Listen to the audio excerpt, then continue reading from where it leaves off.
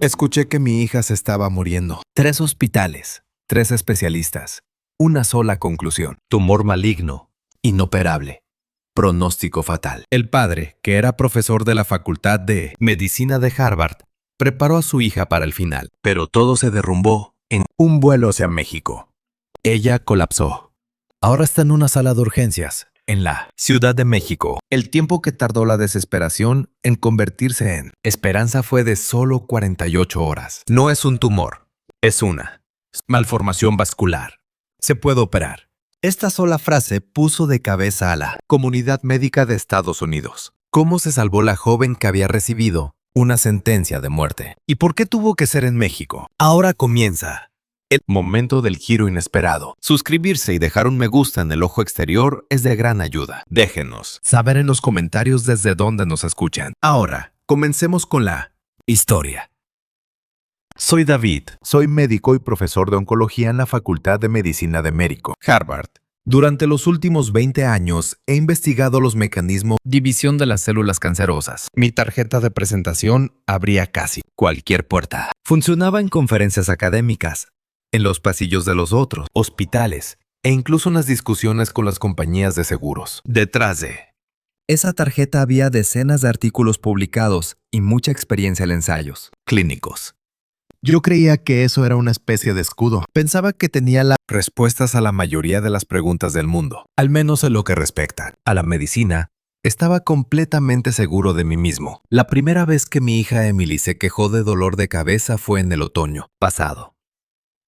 La niña, que cursaba el segundo año de la preparatoria y tenía 16 años, siempre había sido muy sana y casi nunca se quejaba. Era una chica que se levantaba sola a las 6 de la mañana para salir a correr, y los fines de semana pasaba el tiempo en la biblioteca. Sus calificaciones eran excelentes, su relación con sus amigos era muy buena. Por eso, cuando mencionó el dolor de cabeza por primera vez, no le di mucha importancia. Los adolescentes son muy sensibles al estrés, la falta de sueño, la época de exámenes, los problemas con amigos o los cambios hormonales eran razones más que suficientes. Sin embargo, el dolor de cabeza no desapareció. Pasó una semana, luego 2 semanas, y la niña se sentaba a la mesa del desayuno tocándose la frente cada mañana. Su apetito disminuía poco a poco, y su rostro se volvía cada vez más sombrío. Ella, que normalmente nunca se saltaba el desayuno, apenas podía comer un pedazo de pan tostado. En ese momento, mi mente de médico empezó a calcular. Primero, la frecuencia de los síntomas, la intensidad, la presencia de síntomas acompañantes. La probabilidad se antepuso a la emoción. Dentro de mí, el padre, el médico estaban peleando, pero el que siempre ganaba era el médico. Concluí que podía ser una migraña, o tal vez un dolor de cabeza por tensión. Estadísticamente, es un síntoma muy común en mujeres adolescentes. De hecho, entre los pacientes que había atendido, había muchos casos similares. La mayoría mejoraba con medicamentos y cambios en el estilo de vida. Pero al ver que la expresión de Emily se volvía cada vez más rígida, finalmente decidí hacer una cita en el hospital. Mi esposa Elena ya llevaba un mes, preocupada. Tenemos que hacerle exámenes rápido. Algo no está bien, me decía. Pero yo pensé que estaba exagerando. Viéndolo en retrospectiva, esa fue mi mayor arrogancia. El sistema de citas fue muy frío.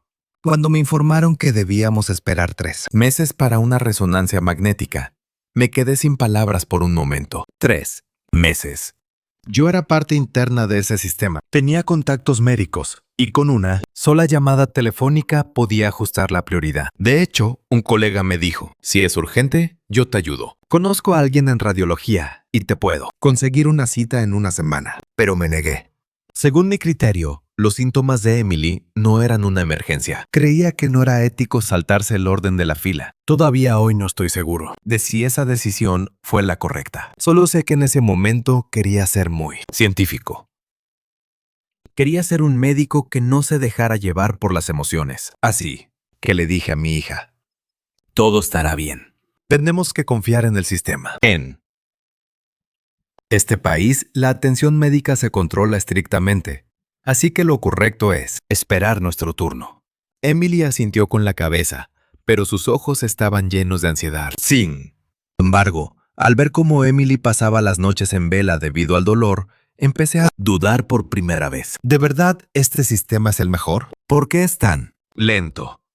¿Por qué esta estructura que se supone que es tan infalible consume el tiempo de las personas con tanta facilidad? ¿Acaso estoy justificando esta lentitud solo porque soy médico? A las 2 de la madrugada, los gemidos de Emily resonando en el pasillo fueron desgastando mis certezas poco a poco. Durante los 3 meses de espera, busqué en revistas médicas todas las noches. Causas de dolores de cabeza, síntomas tempranos de tumores cerebrales, diagnósticos diferenciales, hallazgos radiológicos. En mi cabeza ya daban vueltas decenas de escenarios. Me puse en el peor de los casos y hasta elaboré un plan de tratamiento para ello. ¿Qué haré si es un glioblastoma? ¿Y si es un tumor metastásico? ¿O si es benigno pero está en una zona peligrosa? Pero, frente a mi hija fingía que no pasaba nada. Actuaba como médico, no como padre. Mi esposa me preguntó, ¿de verdad todo está bien? Yo asentí con la cabeza.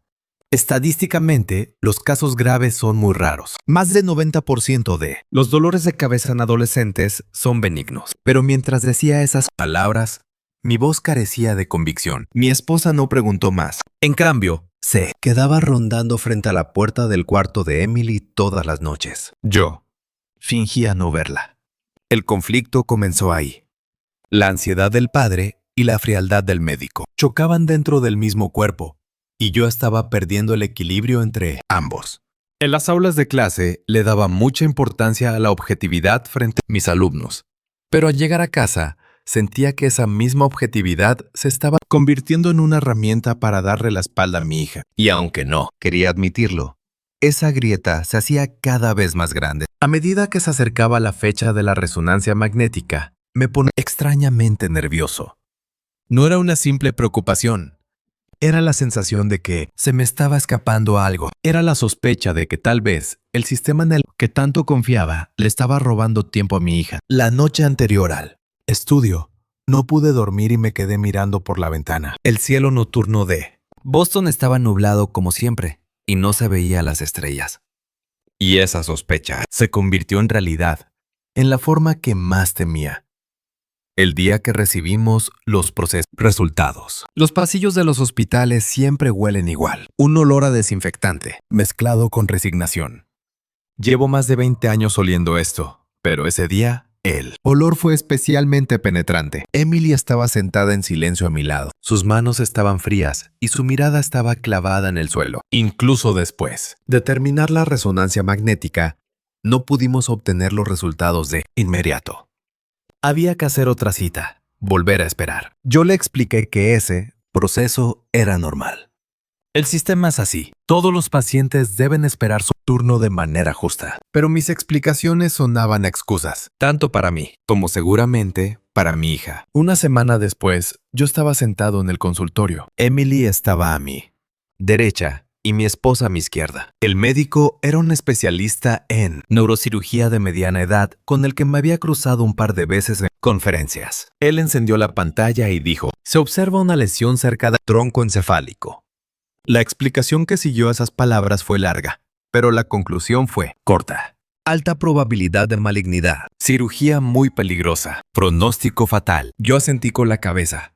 Científicamente sus palabras tenían sentido. Los tumores alrededor del tronco encefálico son muy difíciles de operar. Radioterapia es limitada y el pronóstico nunca es bueno. Era exactamente lo que decían los libros de medicina. El médico me miró y preguntó con cautela. Doctor, como usted bien sabe, esta zona es... Levanté la mano para interrumpirlo. Lo sé. No es necesario que lo explique. Él dudó un momento y luego asintió. Empezó a hablar de las opciones de tratamiento, quimioterapia, radioterapia y cuidados paliativos. 3 opciones. Explicó que el riesgo de una cirugía era demasiado alto. Dada la ubicación, la probabilidad de que surjan complicaciones durante la operación supera el 60%. Pérdida de funciones motoras, dificultad para respirar, en el peor de los casos. No pudo terminar la frase. Yo escuchaba en silencio. Mi esposa lloraba sin hacer ruido a mi lado.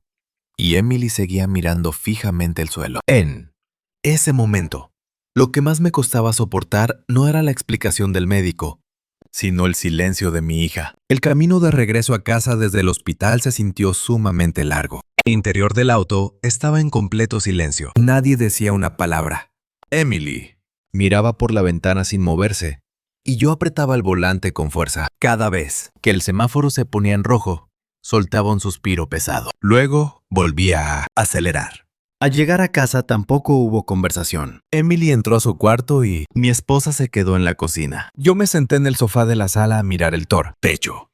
Esa noche, Emily abrió la puerta de su cuarto, salió y me preguntó: «Papá, ¿cuánto tiempo me queda de vida?». Ante esa pregunta me quedé sin palabras. Como médico, podía darle estadísticas, pero como padre, no pude articular ni una sola palabra. Sentí que todo lo que había creído hasta ese momento se derrumbaba ante esa única frase de mi hija. Emily pareció tomar mi silencio como una respuesta y volvió a entrar a su cuarto. Desde esa noche, el ambiente de la casa cambió. Se volvió muy pesado. Durante el desayuno y la cena, solo decíamos lo estrictamente necesario. «¿Me pasas el agua? Prueba esto. Hoy tenemos que ir al hospital». Eran oraciones vacías de emociones. Yo iba todos los días al hospital a ver pacientes. Les hablaba de esperanza, elaboraba planes de tratamiento y les explicaba las estadísticas.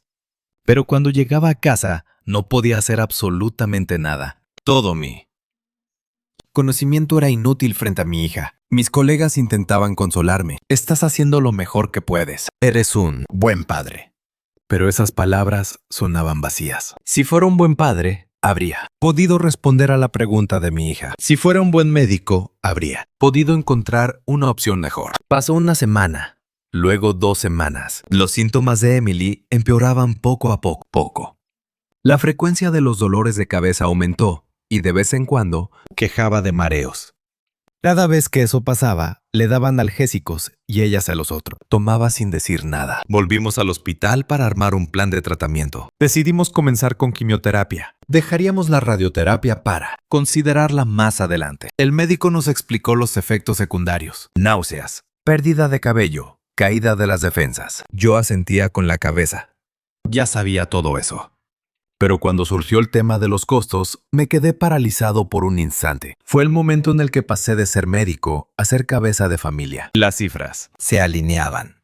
Cientos de miles de dólares. Los límites de cobertura del seguro. Los cópagos. Los gastos médicos adicionales. Saqué la calculadora y le expliqué a mi esposa: «Creo que podemos cubrir esto si hipotecamos la casa». Mi explicación era muy precisa, pero el rostro de Emily se puso aún más pálido. En ese momento, la niña debió darse cuenta de la cantidad de dinero que estaba consumiendo y sintió todo ese peso. A partir de ese día, Emily dejó de hablar del futuro, su carrera universitaria, sus sueños.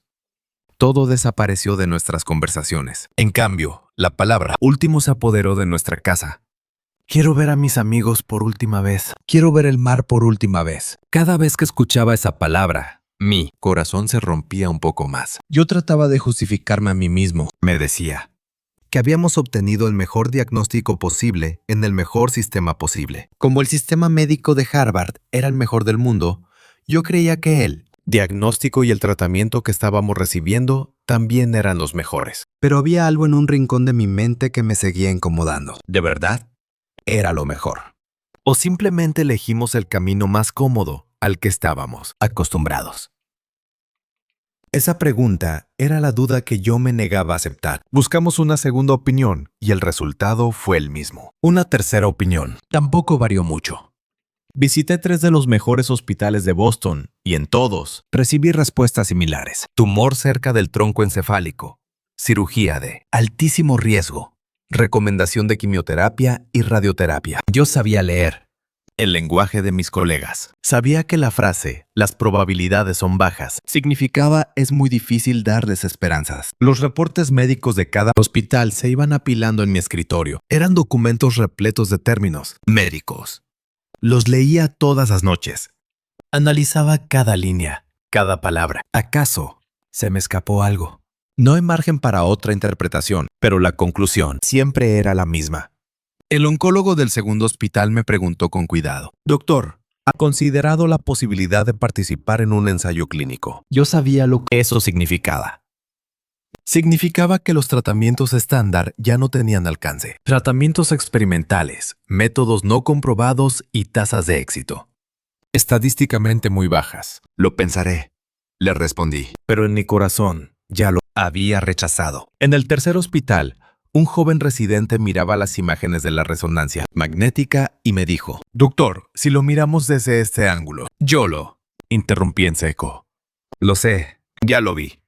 Él se quedó callado y luego dio un paso atrás asintiendo. En ese instante me di cuenta de que solo estaba escuchando lo que quería escuchar. Cada vez que surgía el tema de los costos médicos, yo me ponía a hacer cuentas. El primer hospital costaría unos $200,000. El segundo, $250,000. El tercero, $300,000. Había diferencias en los números, pero el fondo era el mismo. Se iba a gastar una inmensa cantidad de más dinero. Y lo peor es que ni con todo ese dinero se podía garantizar un resultado positivo. Me reuní con una asesora financiera. Era una mujer de mediana edad, amable, muy realista. El seguro cubre el 70%. El 30%. Restante corre por su cuenta.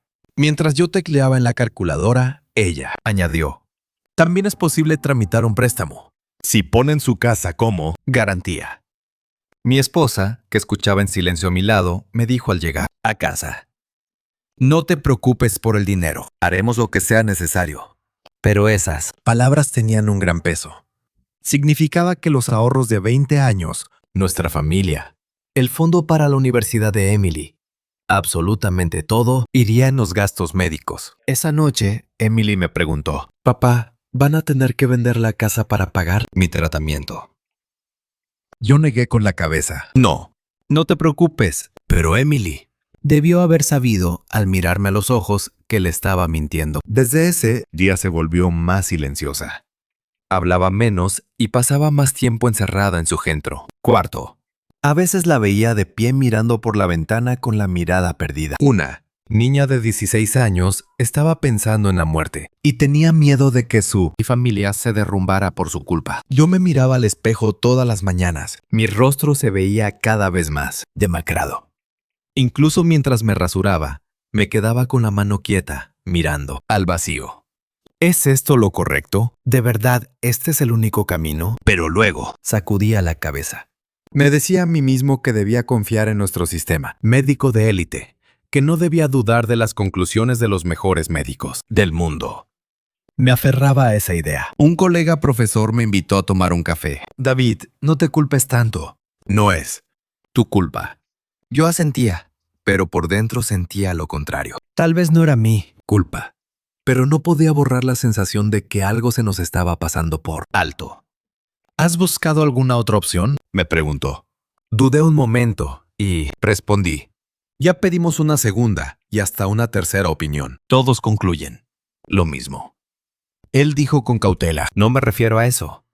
¿Qué tal en otro país? ¿Europa o América Latina? Yo solté una pequeña risa amarga. Allá van a ser mejores que nosotros, especialmente en un país como México. No pude terminar la frase.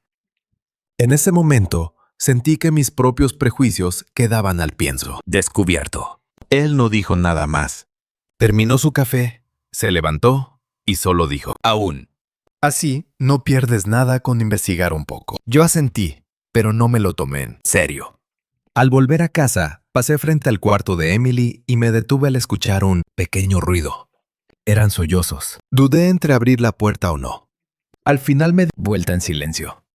Como padre debía consolarla, pero no tuve el valor. Esa noche, sentado en el sofá, me puse a pensar. 3 diagnósticos, 3 especialistas, 3 conclusiones idénticas. Los números estaban borrando al ser humano.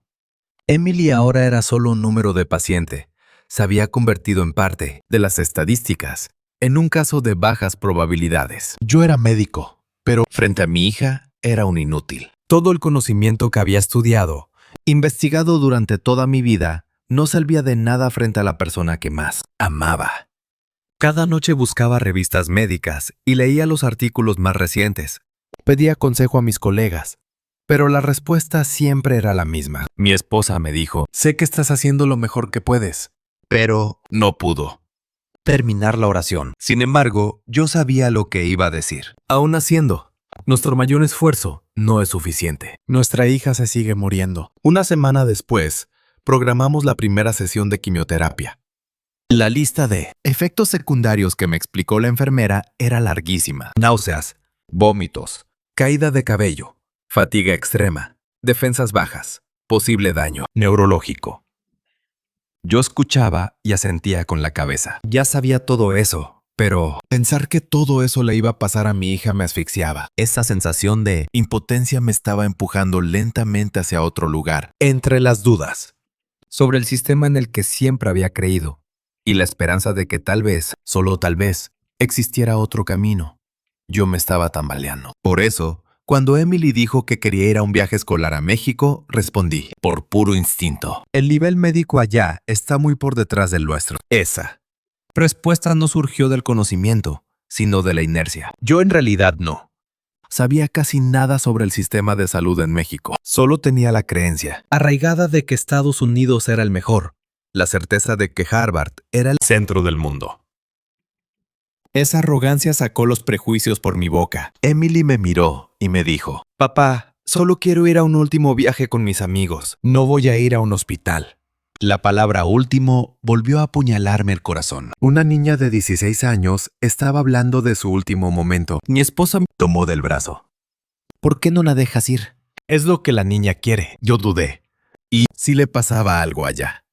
Si había una emergencia, ¿podrían los hospitales mexicanos reaccionar adecuadamente? Pero al ver los ojos de Emily, no tuve más remedio que aceptar. Está bien, puedes ir.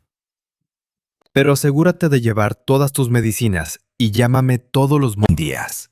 Emily sonrió levemente. Era la primera vez que la veía sonreír en meses. Durante la semana de preparativos, yo vivía en un estado de angustia. Revisé la maleta de Emily y verifiqué sus medicamentos 3 veces. Le anoté contactos de emergencia e incluso el número de la Embajada de Estados Unidos en México. Si acaso, llévate esto también. Le di mi propia tarjeta de presentación del hospital. Emily cerró su maleta y me dijo, «Papá, estoy bien. Van a ir los profesores y también mis amigos». Pero yo seguía sumamente preocupado. Al ver esa maleta que llevaba más frascos de medicina que ropa, sentí una ansiedad extraña. La noche antes de que ella saliera de viaje, entré a su cuarto. Estaba sentada en la cama leyendo una guía turística de México. «Va a estar divertido, ¿verdad?», le pregunté. Ella asintió. «Sí, voy a ir a las pirámides de Teotihuacán y a pasear por Coyoacán». Me senté a un lado de su cama. «Emily, sí. Te sientes mal. Tienes que decirlo de inmediato. No te aguantes el dolor». Ella me tomó de la mano. «Ya lo sé, papá, no te preocupes». Pero esa pequeña mano estaba muy fría. Al despedirme de ella en el aeropuerto, le di mis últimas recomendaciones. Tómate las medicinas a la hora exacta. Toma mucha agua y no te esfuerces demasiado. Emily sonrió y asintió. «Sí, papá, ya me lo dijiste 100 veces». Al verla así, se me hizo un nudo en la garganta. Después de ver cómo despegaba el avión, regresé a casa. La casa estaba vacía. La puerta de la recámara de Emily estaba abierta y sobre su escritorio había un libro de cuentos ilustrado. Era un libro que le encantaba cuando era pequeña. Lo tomé y me quedé mirándolo durante mucho tiempo. Esa noche no pude pegar el ojo. Daba vueltas en la cama preguntándome dónde estaría Emily en ese preciso momento allá en México. ¿Estaría bien? ¿Le dolería la cabeza? Revisé mi teléfono celular decenas de veces. A la mañana siguiente, me llegó un mensaje de texto. «Llegamos bien. El hotel está muy bonito». Era un mensaje corto, pero sentí un gran alivio. También me envió un par de fotos. Fotos posando con sus amigas. Fotos del cuarto del hotel. Se veía cansada, pero estaba sonriendo. Al segundo día, Emily me llamó por teléfono. «Papá, hoy fuimos al centro histórico. Es hermoso». Su voz sonaba alegre. Yo pregunté por puro nerviosismo. «¿Y cómo te sientes del cuerpo?» «El dolor de cabeza». «Sí, todo bien. Me estoy tomando mis pastillas». Al tercer día, los mensajes empezaron a escasear. Preocupado, le escribí varias veces, pero sus respuestas tardaban mucho en llegar. «Perdón, estaba muy ocupada. y no vi el teléfono. Todo bien. Yo no lograba estar tranquilo. ¿Acaso algo andaba mal? Al cuarto día, en la madrugada, recibí una llamada. Era una llamada desde México. Era el profesor titular de Emily. Doctor, Emily se desmayó ahora. O mismo estamos en la sala de urgencias de un hospital. En ese momento mi mente se quedó en blanco. Lo que tanto temía había sucedido. ¿En qué hospital están? ¿Cuál es su estado actual? Pregunté con la voz Temblorosa. Es un hospital de alta especialidad en la Ciudad de México. Los médicos la están revisando en este momento, me dijo el profesor con voz, también angustiada. Inmediatamente le dije, voy para allá ahora mismo. Por favor, quédese al lado de Emily. Colgué el teléfono y desperté a mi esposa. Emily colapsó en México. El rostro de mi esposa palideció por completo. Nos apresuramos a buscar boletos de avión. El vuelo más próximo salía en 6 horas. Durante todo el trayecto hacia el aeropuerto, no dejaba de pensar. Pensaba que no debía haberla dejado ir. Que sí. Hubiera estado a mi lado. Esto nunca habría pasado. Pero por otro lado, sentía un inmenso coraje contra mí mismo por no confiar en la atención médica de México. Durante las horas de espera en el aeropuerto, me di cuenta de una cosa. El problema no estaba afuera. Mi propio prejuicio, mi arrogancia, mi propio miedo. Ese era el verdadero problema. Yo estaba atrapado en el orgullo del nombre de mi universidad y en creer que estaba en el centro de la medicina mundial. Y ese orgullo me había cegado y tal vez había puesto en peligro a mi hija. A mi lado, mi esposa mantenía los ojos cerrados, pero sabía que no estaba durmiendo. Apretaba las manos y las volvía a soltar una y otra vez. Yo le tomé la mano. Todo va a estar bien. Pero en mi voz no había ninguna certeza. ¿Cuándo? Sirvieron la comida en el avión. Ni siquiera la tocamos. No podíamos comer nada. La asistente de vuelo nos preguntó con cara de preocupación, pero solo negué la cabeza. Me quedé mirando las nubes por la ventanilla, aturdido. ¿Cuántas horas pasaron? Cerré los ojos por un momento y me desperté sobresaltado por una pesadilla. Soñé que Emily estaba sola, acostada en una cama de hospital, y por más que yo corría hacia ella, el pasillo se hacía infinito. Las 5 horas de vuelo se sintieron como una eternidad. Me la pasé mirando por la ventana, pensando en Emily, y recé. Le recé a un Dios en el que ni siquiera creía, pidiéndole que por favor salvara a mi hija, y deseé con toda mi alma que por esta vez mis prejuicios estuvieran equivocados. Cuando llegamos al Aeropuerto Internacional de la Ciudad de México, era de mañana. Pasé migración sin haber dormido nada. Mientras estaba en la fila, no dejaba de revisar mi teléfono celular. Buscaba algún mensaje del profesor. Noticias del hospital. Tomamos un taxi y nos dirigimos hacia la clínica. Las calles matutinas de la capital me resultaban extrañas. Los grandes letreros, los edificios inmensos, el flujo de gente. Todo era desconocido. Pero no tenía cabeza para observar nada de eso. Yo le preguntaba al chofer a cada rato, ¿falta mucho? ¿No puede ir más rápido? El taxista fue muy amable. Al notar mi desesperación, tomó las rutas más rápidas que conocía. Mi esposa seguía, mirando por la ventana y le temblaban las manos. Llegamos al hospital. Era un edificio enorme. Estaba impecable y muy moderno. Sinceramente, me sorprendió un poco. Era muchísimo mejor de lo que me había imaginado. Pero sin tiempo para reflexionar sobre eso, salí corriendo hacia él. Área de urgencias. Emily estaba en una cama. Su rostro estaba pálido, pero estaba respirando. Corrí hacia ella y le tomé la mano. Emily, papá ya está aquí. Ella abrió los ojos y me miró. Papá. Su voz era débil, pero estaba viva. El profesor titular estaba a su lado y me explicó. Ayer por la tarde, de repente se desmayó. Llamamos inmediatamente a una ambulancia y le dieron los primeros auxilios aquí. Asentí con la cabeza y le pregunté, ¿y qué dicen los médicos? Me dijeron que están esperando los resultados de los análisis. Vendrán pronto. Apenas terminó de hablar el profesor, la puerta se abrió. Entró un médico. Parecía un hombre de casi 40 años. Transmitía mucha calma. Él me miró y me saludó. Usted es el familiar, ¿verdad? Soy el neurocirujano encargado de esta paciente. Me llamo Alejandro Mendoza. Le di la mano y me presenté. Yo soy David. Soy profesor en la Facultad de Medicina de Harvard y especialista en oncología. Estuve a punto de sacar mi tarjeta de presentación, pero me detuve. Pensé que en ese lugar eso no tenía ningún sentido. El doctor Alejandro asintió con la cabeza y sacó una tableta electrónica. Lee. Hicimos una resonancia magnética de urgencia. Mire aquí. En la pantalla apareció la imagen. Era el mismo tipo de imagen del cerebro de Emily que yo. Había visto cientos de veces durante los últimos meses, pero había algo diferente. Me acerqué mucho a una pantalla. Esto. Qué extraño. El médico me dijo. Sí, es cierto. Lo comparamos con las imágenes que trajeron de Boston. Él mostró otra imagen. Era la resonancia que le habíamos tomado en Estados Unidos. Si mira esta parte de aquí, yo alternaba la mirada entre ambas imágenes y sentí que me faltaba la respiración. La estructura de la zona que habíamos diagnosticado como tumor veía distinta.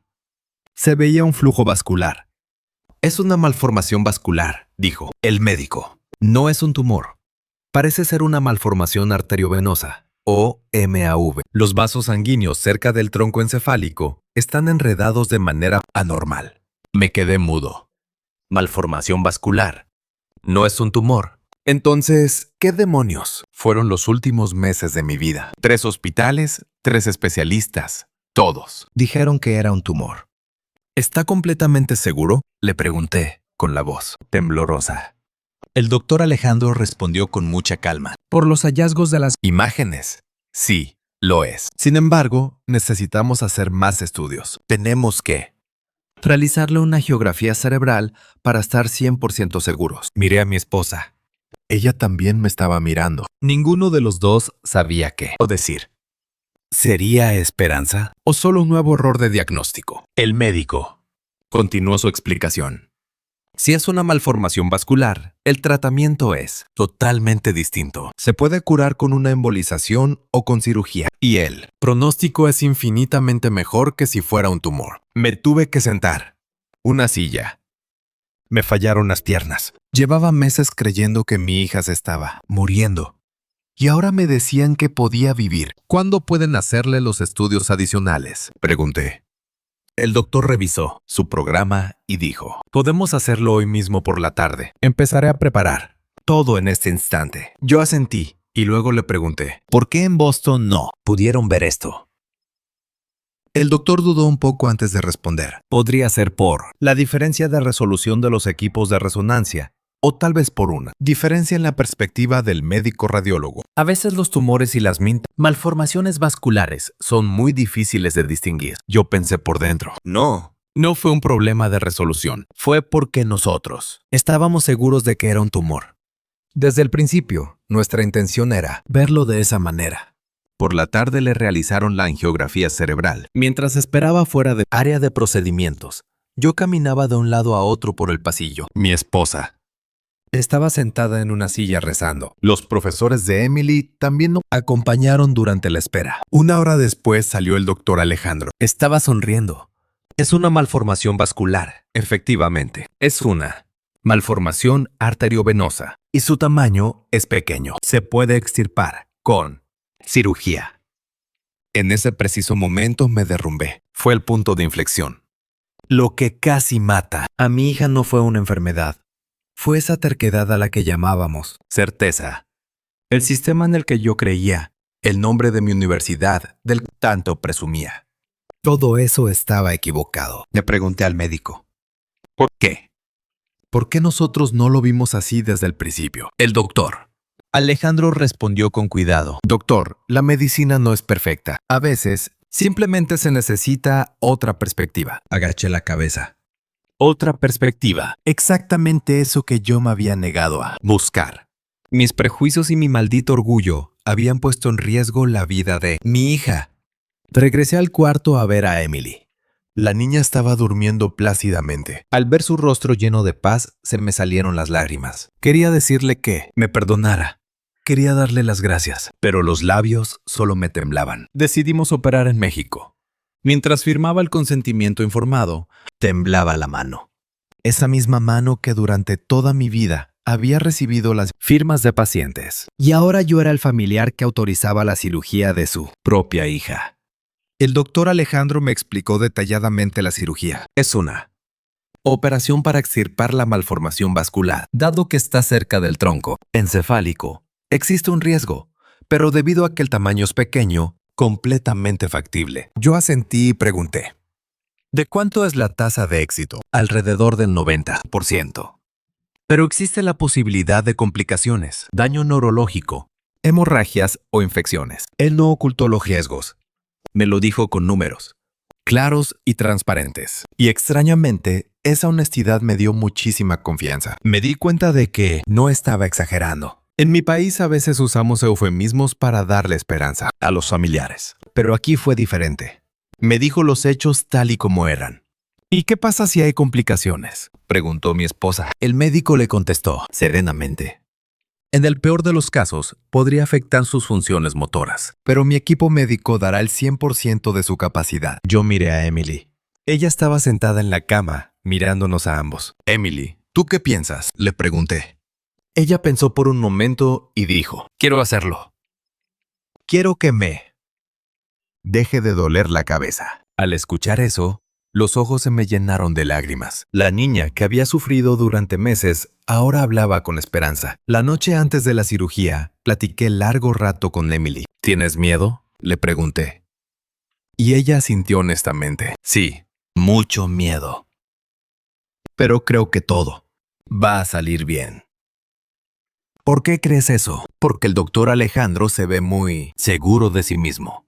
Y porque tú estás aquí conmigo, papá. Le agarré la mano a mi hija. Perdóname. Debimos haber hecho esto desde mucho antes. Emily negó, con la cabeza. No es tu culpa, papá. Nadie lo sabía. Pero yo sí lo sabía. Sabía que mi obstinación y mis prejuicios le habían hecho perder un tiempo valiosísimo. El día de la cirugía estuve despierto desde la madrugada. Emily entró al quirófano a las 6 de la mañana. Yo la vi marcharse desde el pasillo. Los enfermeros empujaban la camilla y Emily desapareció a lo lejos agitándome mano. Me dijeron que la cirugía duraría alrededor de 5 horas. Me senté en la sala de espera sin hacer otra cosa que mirar el reloj. Mi esposa estaba callada, a mi lado, y yo me levantaba y me volvía a sentar repetidamente. Cuando pasaron 2 horas, una enfermera salió y nos dijo: hasta el momento todo avanza sin problemas. Solté un gran suspiro de alivio. A las 4 horas ya no podía seguir sentado. Caminaba de un lado a otro del pasillo mordiéndome las uñas, algo que jamás en mi vida había hecho. Pasaron 5 horas y 10 minutos cuando se abrieron las puertas del quirófano. Salió el doctor Alejandro Mendoza. Se veía agotado, pero tenía una sonrisa en el rostro. Fue un éxito. Ante esas palabras, casi me caigo al suelo. Mi esposa me agarró del brazo. El doctor continuó: logramos retirar la malformación vascular por completo. El sangrado fue mínimo. No hay ningún daño neurológico. Yo no podía emitir palabra alguna. Solo asentía repetidamente con la cabeza. El doctor me preguntó: ¿quiere pasar a verla? Le dije que sí con la cabeza. En la sala de recuperación vi a Emily. Todavía no despertaba de la anestesia, pero respiraba de forma tranquila y regular. Le toqué la mano. Estaba calentita. «Estás viva», murmuré para mis adentros. «¿De verdad estás viva?» Al día siguiente, Emily despertó. ¿Saben cuál fue su primera frase? «Papá, ya no, me duele la cabeza». Al escucharla decir eso, rompí a llorar. Por primera vez en muchos meses, no reprimí mis lágrimas. La recuperación fue rápida. 2 días. Después, Emily ya se podía sentar en la cama. Y a los 3 días empezó a caminar por los pasillos. El personal de enfermería era sumamente amable. Hospital era muy tranquilo. Solo entraban cuando era necesario y no había intervenciones innecesarias. Una semana después, nos dieron la fecha para el alta. Cuando me entregué cuenta del hospital, me quedé de pie, sin decir nada por un buen rato. Y no fue por lo caro de la cantidad. Fue porque era menos de la 10ª parte del costo que me habían cotizado allá en Estados Unidos. Yo miré esa factura y reflexioné profundamente. Accesibilidad, rapidez, precisión. ¿De qué nos estábamos perdiendo? Un tratamiento por el que tuvimos que esperar 3 meses y donde nos pedían cientos de miles de dólares. Aquí se había resuelto en tan solo una semana. Ya a ese precio. Mi esposa me puso una mano en el hombro. Creo que ya nos podemos ir a casa. Yo asentí. pero una parte de mi corazón se sentía pesada. La palabra reconocimiento no dejaba de darme vueltas en la cabeza. Fui a buscar al doctor Alejandro Mendoza. Le di las gracias una y mil veces haberle salvado la vida a mi hija. Él sonrió con toda humildad y me contestó: solo hice mi trabajo, doctor. Me da muchísimo gusto que Emily se esté Recuperando con tanta fuerza. Entonces le hizo una pregunta. ¿Le puedo preguntar algo? Él asintió. ¿Por qué allá en Boston no pudimos ver esto? ¿Verdad? Quiero entenderlo. Él se quedó pensando por un momento y luego dijo con sumo cuidado: Probablemente se deba a las ideas preconcebidas. cuando ves un tumor la primera vez, el cerebro se predispone a seguir viendo un tumor. Nosotros también nos pasa. La única diferencia es que yo vi las imágenes por primera vez, así que pude abrirme a otras posibilidades. Esa respuesta se clavó en mi pecho. Ideas preconcebidas. Eso era exactamente lo que había pasado. Yo estuve 100% seguro de que era un tumor desde el Principio. Y esa certeza me ocultó cualquier otra posibilidad. El mismo principio que les enseñé a mis alumnos toda la vida: hacer diagnósticos con una mente abierta. Fui totalmente incapaz de aplicarlo con mi propia hija. Al ver a Emily salir caminando del hospital, recordé la pregunta que me hizo aquella vez. Papá, ¿cuánto tiempo me queda de vida? En aquel momento no supe qué contestarle. Pero ahora era muy distinto. Vas a vivir mucho tiempo. Muchísimo tiempo, le dije a Emily. Y por fin podía tener la total seguridad de que esas palabras no eran una mentira. Después de darle de alta en el hospital, nos quedamos unos días más en la Ciudad de México. Quería supervisarla de cerca, hasta que Emily estuviera totalmente restablecida. Desde el cuarto del hotel, mirando por la ventana, pensé. esta gran ciudad salvó la vida de mi hija. El día antes de nuestro vuelo de regreso a casa, volví a ver al doctor Alejandro. Nos tomamos un café y nos pusimos a platicar. Doctor, ¿qué piensa hacer cuando regresa a los Estados Unidos?, me preguntó. Lo pensé un momento. Tendré que decirlo. Tendré que decir que me equivoqué y que hay cosas que estamos pasando por alto en nuestro sistema. Él asintió con la cabeza y dijo: no será nada fácil. A la gente solo le gusta escuchar lo que quiere escuchar. Lo sé, pero tengo que hacerlo. Porque gracias a eso, mi hija hoy está viva. Regresamos a Boston. En cuanto bajé del avión, respiré aquel aire que me era tan familiar. Sin embargo, todo se veía diferente. O más bien, el que había cambiado era yo. Una semana después, hablé de mi experiencia frente a todos mis colegas. Fue durante una junta del departamento académico. Mi hija fue operada en México, dije con voz muy calmada. Hubo un murmullo general en la sala B. Juntas. Lo que nosotros habíamos diagnosticado como un tumor resultó ser una malformación vascular. Un médico en México le dio el diagnóstico correcto y la operó con un éxito rotundo. Continué diciendo. Las reacciones fueron mixtas. Algunos mostraron incomodidad en sus rostros, otros asentían en silencio. Un colega preguntó: ¿pero conseguiste segundas opiniones? 3 de nuestros hospitales te dieron el mismo diagnóstico. Exacto. Y ahí radicaba el problema. Todos nosotros estábamos mirando en la misma dirección, le respondí. Otro colega comentó: eso solo fue un golpe de suerte. Un solo doctor que por pura coincidencia lo interpretó de manera distinta. Negué rotundamente con la cabeza. No fue ninguna casualidad, fue una clara diferencia de sistemas. Ellos fueron rápidos, precisos y sumamente eficientes. David, ¿por qué traes a colación este tema? Preguntó alguien visiblemente molesto.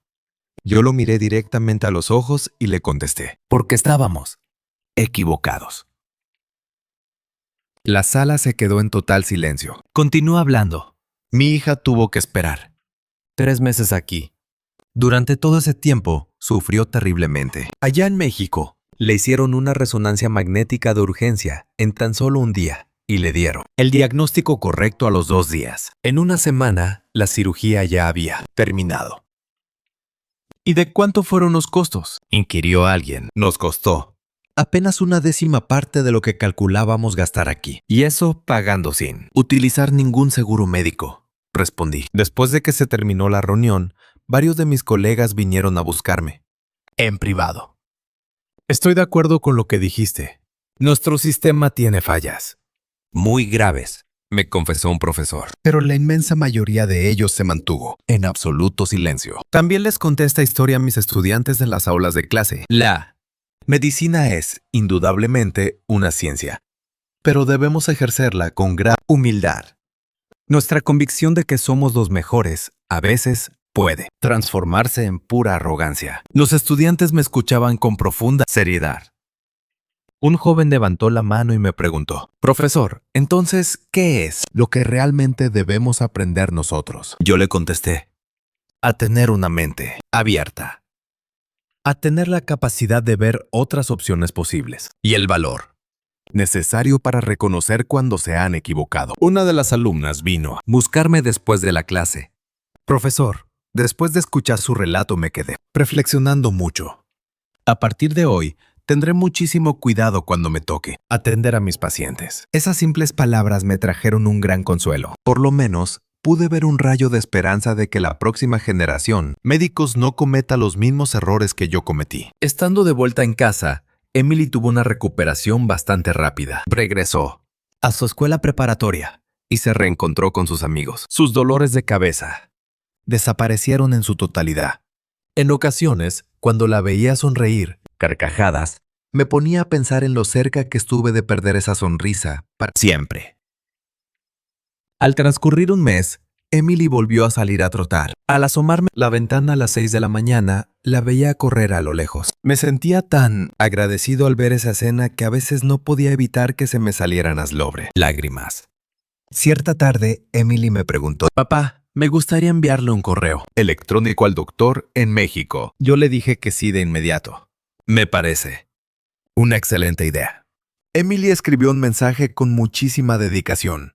Y yo aproveché para enviarle unas palabras de total agradecimiento. A los pocos días, nos llegó la respuesta del doctor Alejandro Mendoza. Era un mensaje corto, pero impregnado de calidez humana. Me llena de inmensa alegría saber que Emily goza de tan excelente salud. Que continúen los éxitos en su proceso de recuperación. Emily guardó una captura de pantalla de ese correo como si fuera su más valioso tesoro.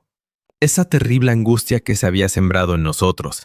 Y aquella pregunta de ¿cuánto tiempo me queda de vida? Por fin habían hallado su respuesta. Emily sobrevivió. Y a lo largo del proceso para encontrar esa respuesta, yo aprendí muchísimas lecciones invaluables. Aprendí lo peligrosas que eran mis absolutas certezas y la forma en que mis propios prejuicios casi le cuestan la vida a mi niña. Mientras camino hoy por los pasillos de esta universidad, sigo reflexionando. Este pasillo es el mismo de siempre, pero el que lo recorre, cambiado. Mi tarjeta de presentación sigue diciendo lo mismo, mi cargo laboral también. Pero el ser humano que hay detrás es una persona completamente diferente. Y este cambio no me asusta para nada. El día que Emily por fin volvió a nacer, le dije algunas palabras. Perdón y muchas gracias. Esas mismas palabras iban dirigidas a mi hija, a todos los médicos en México y, por supuesto, a mí mismo. Pedía perdón por haber desperdiciado tanto tiempo por culpa de mi gran terquedad y daba las gracias por el hecho de que mi hija siguiera respirando con vida y por el invaluable aprendizaje que todo esto me había dejado. A partir de aquel suceso, decidí que no me quedaría más en silencio, ya sea en conferencias académicas, en las aulas de clase o en pláticas con mis colegas. Siempre alzo la voz. Les digo que la práctica médica jamás debe verse como una industria, sino como la defensa de la vida misma, y que un sistema de salud funcional debe ser mucho más rápido que el cuidado de las apariencias. Un mes después de los hechos, publiqué un artículo de opinión en una prestigiosa revista de medicina. Su título era Errores de diagnóstico y los prejuicios sistémicos de la salud. En esas páginas, expuse cada detalle de mi vivencia. Escribí profundamente acerca de las áreas críticas que hoy en día pasamos por alto. El editor me advirtió con sumo cuidado. Este artículo podría causar bastante revuelo y controversia. Yo le contesté con firmeza. Esa es la intención. Después de la publicación del texto, la reacción de la gente fue abrumadora. Hubo quienes compartían mi opinión por completo, pero también hubo otros que me criticaron duramente. Recibí muchos correos electrónicos acusándome de tratar de desprestigiar a la medicina de nuestro país. Sin embargo, fueron unas las Personas que me mandaron muestras de apoyo incondicional. Muchos me escribieron. A mí me sucedió una experiencia casi idéntica. Hubo un joven médico que me mandó un correo diciendo: Profesor, al leer sus palabras me llené de mucho valor. Hoy mismo le recomendé a mi paciente que fuera a buscar una segunda opinión externa. Esos pequeños gestos llenaron de alivio mi alma. Emily se recuperó por completo. Al finalizar la escuela preparatoria, ingresó a la universidad. Entró en la facultad de medicina. Yo le pregunté: ¿Estás completamente segura de que quieres ser médico? Emily me respondió con una gran sonrisa en el rostro. Sí, quiero convertirme en un médico idéntico al Dr. Mendoza. Ese mismo que me devolvió la vida. Esas palabras hicieron que se me hiciera un nudo en el corazón. Me sentí profundamente conmovido al pensar que mi propia hija será un médico que comprenderá el incalculable valor de una vida mejor que ninguna otra persona. 2 años después, realicé otro viaje a México. Fui como invitado de honor a un magno congreso de especialidades médicas. El doctor Alejandro Mendoza también se encontraba allí. Nos estrechamos las manos con fuerza mientras sonreíamos. ¿Cómo ha estado Emily todo este tiempo?, me preguntó él de inmediato. Ahora, ya es estudiante de medicina. Todo gracias a usted. No, doctor, no fue gracias a mí. Fue gracias a la asombrosa fuerza y determinación de la misma Emily. Durante mi participación en el Congreso Médico, expuse mi conferencia principal. El título de mi ponencia era La innegable humildad dentro de cualquier sistema de salud. Ahí hablé abiertamente de todos mis graves errores, de mis inaceptables prejuicios, pero sobre todo, de las grandes lecciones aprendidas. Todo el público asistente me escuchó sumido en el más respetuoso silencio. Al concluir mi intervención, se me acercó un especialista estadounidense que estaba entre el público. Esa fue una presentación que requirió de muchísimo valor, su parte. Sin embargo, usted no puede negar que nuestro sistema médico posee muchísimas ventajas, ¿no es así? Yo asentí con la cabeza de inmediato. Por supuesto que sí las tiene, pero es vital reconocer y aceptar nuestros defectos para poder generar verdaderas mejoras. Al volver a mi país y a mis aulas en la universidad, jamás dejé de alzar la voz. Lo he seguido compartiendo incansablemente con mis alumnos de medicina, con cada uno de mis pacientes y con mis propios colegas de profesión. Y de manera gradual, los cambios han comenzado a ser evidentes. Cada vez es más frecuente ver a doctores solicitando abiertamente otras perspectivas médicas, realizando esfuerzos sobrehumanos por agilizar los diagnósticos tempranos. Y lo más importante, prestando muchísima más atención a la voz de los pacientes. Sé bien que el escenario aún no es perfecto en su totalidad. Nuestro sistema a veces sigue siendo excesivamente lento. Los costos de los procedimientos se mantienen por los cielos y los arraigados prejuicios aún permanecen vigentes. No obstante, por lo menos hemos comenzado a dialogar del tema. El progreso podrá avanzar a pasos cortos, pero la dirección que hemos tomado es sin duda alguna la correcta. En mi propio consultorio privado también ocurrieron cambios drásticos. Ahora, dedico una mayor cantidad de tiempo de calidad a las consultas y el laboro. Preguntas muchísimo más exhaustivas. ¿Ya consultó el diagnóstico con algún otro especialista? ¿Acaso se le ha ocurrido contemplar otras posibles opciones médicas? Poco a poco empecé a recorrer un nuevo camino en el que trabajo, codo a codo junto a mi paciente, para encontrar todos esos posibles detalles que, a mí como médico, se me pudieran haber llegado a pasar por alto. Una tarde cualquiera, Emily regresó a casa y me dijo de repente: Papá, el día de hoy en la universidad, mi profesor utilizó uno de tus artículos médicos para la clase. Yo abrí los ojos con mucha sorpresa. ¿De verdad? Sí, así fue. Y el maestro nos dijo textual frente al grupo: si alguna vez aspiran a ser verdaderos médicos, primero tienen que aprender a ser personas completamente humildes. Siempre deben recordar y tener presente que uno nunca está exento de equivocarse. Al escuchar todo eso, solté una enorme sonrisa. Aquel grave error de diagnóstico de mi pasado se estaba convirtiendo en una gran e invaluable lección de vida para todas las generaciones del mañana. Transcurridos 3 años desde todo este proceso, en cierta ocasión llegó una paciente de primera vez a mi consultorio. Era una mujer bastante joven. Describía un cuadro de síntomas alarmantemente parecido al de mi hija. Si yo fuera el mismo médico y la misma persona del pasado, es casi seguro que le habría emitido un diagnóstico fulminante e irreversible de manera inmediata. Pero mi actuar ya era muy distinto hoy en día. Procederemos a realizar estudios a profundidad y de gran precisión primero. E indudablemente analizaremos cualquier otra opción paralela de manera minuciosa. Fue lo que le comuniqué al instante. Al final, los resultados de la paciente contradijeron lo que yo había imaginado desde un principio. Y justo gracias a que actué de esta manera, se le pudo salvar la vida. Fue el hermoso país de México el que logró salvarle la vida a la luz de mis ojos.